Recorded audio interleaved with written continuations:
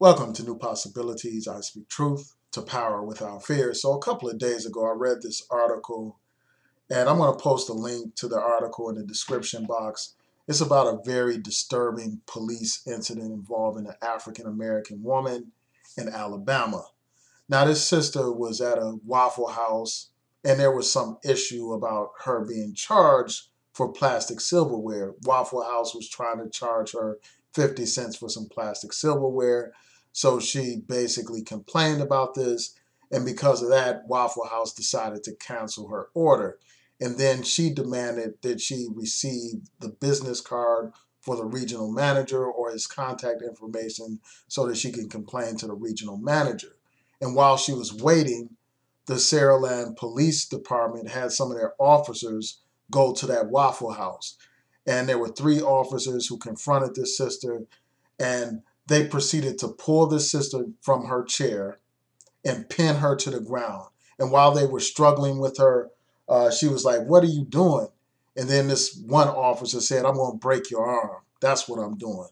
And then as they were struggling, the police basically pulled down her shirt and her breasts were exposed.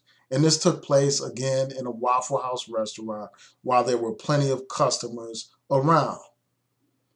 They basically violated this woman over something so minor as some plastic silverware, and she's simply asking for um, the contact information for the regional manager. And then you had his sister threatened in such a way, abused in such a way, disrespected in this way. And this reminds me of a couple of things. It's just another situation where you have black women being abused by this white society and white people, and white police in particular. You have this officer pinning this woman down, you know, basically wrestling with her to the point where her clothes come off and her breasts are exposed. And seeing that imagery just reminded me of scenes from slavery, like when the slave master would abuse black women, have his way with black women.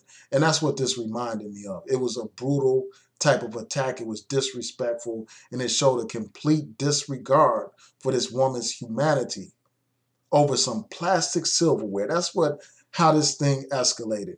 And I mean, and again, this is another example of police going from 1 to 100 in a couple of seconds, not trying to de-escalate the situation, not having the professional skill set to resolve a situation, but instead they escalated it and used unnecessary force.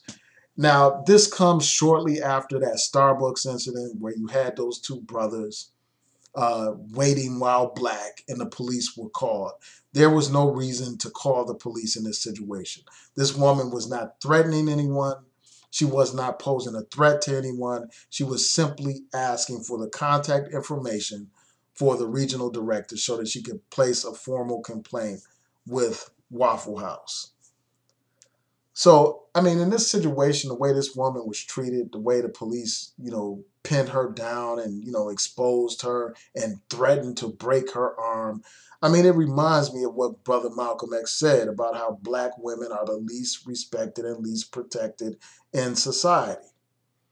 And it's a shame that we allow this stuff to continue. I mean, it's a shame that no one, at least from what I could see, intervened in this situation or even tried to calm these police down and try to reason with them so that they would not treat this sister in such a disrespectful manner.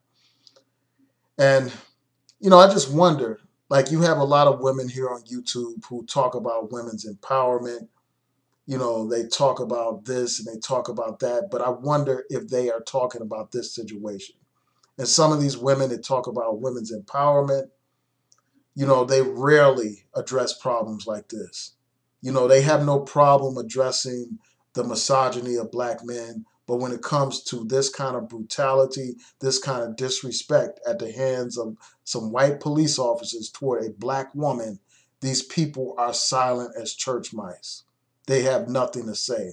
When these people, these police officers, are violating this sister, much like how the slave master violated black women, violated their bodies and violated their humanity.